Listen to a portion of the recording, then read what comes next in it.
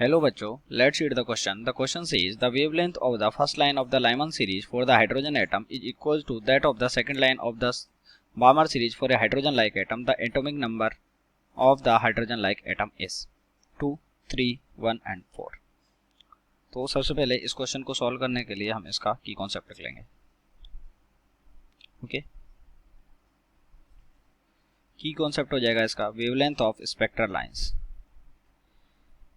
Wavelength of spectral lines, ये इसका की कॉन्सेप्ट है. स्पेक्ट्रल लाइंस क्या होती हैं कि जब किसी भी कक्षा N1 से लेके किसी कक्षा N2 में कोई भी ट्रांजिशन होता है तो उसके जो स्पेक्ट्रम में कुछ लाइंस दिखाई देती हैं उनको ही क्या बोलते हैं, स्पेक्ट्रल लाइंस बोलते हैं. तो इसमें दो स्पेक्ट्रल लाइंस की बात करी गई है. सबसे पहला लाइमन. तो लाइमन सीरीज कहाँ से कहाँ तक होती है? लाइमन स्पेक्ट्रल लाइन 1 से लेके फिर 1 से 2, 1 से 3 एंड हायर इन्फिनिटी तक. और अगर हम बामर की बात करें तो बामर कहाँ से स्टार्ट होती है? 2 से स्टार्ट होती है, फिर 3, 4, 5 एंड सो ऑन. तो क्वेश्चन बोला गया है कि Lyman series, first line of the Lyman series and second line of the बामर series.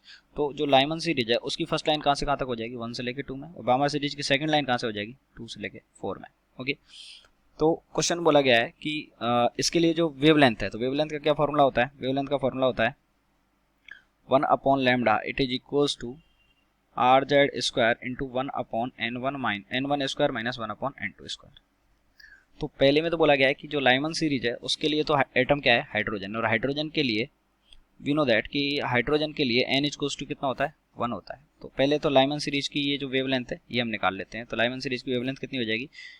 ये जो वेवलेंथ है ये हो जाएगी R इंटू जेड, हाइड्रोजन के लिए 1 इंटू इसके लिए N1 कितना हो जाएगा? 1 स्क्वायर माइनस यहाँ पे कितना हो जाएगा?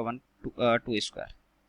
इट इज इक्वल टू, ये इक्वल है किसी दूसरा एटम जिसका हमको जेड नहीं पता है तो हमने यहाँ पे जेड स्क्वायर लिख दिया, एटॉमिक नंबर नहीं पता, और उसकी बामर सीरीज की सेकंड लाइन यानी कि 2 से लेके 4 यानी कि 1 upon 2 square minus 1 upon 4 square.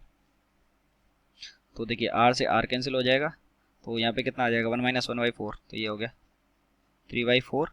It is equals to यहाँ पे कितना हो गया? 1 अपॉन 4 माइनस 1 अपॉन 16, तो ये कितना हो गया? 3 अपॉन 16. तो 3 अपॉन 16 जेड स्क्वायर, 3 से 3 कैंसिल, तो यहाँ पे 4 आ गया, तो जेड बराबर कितना आ गया? तो उसका एटॉमिक नंबर कितना हो जाएगा? 2, यानी कि option number A is correct. I hope you understood it well. Best of luck.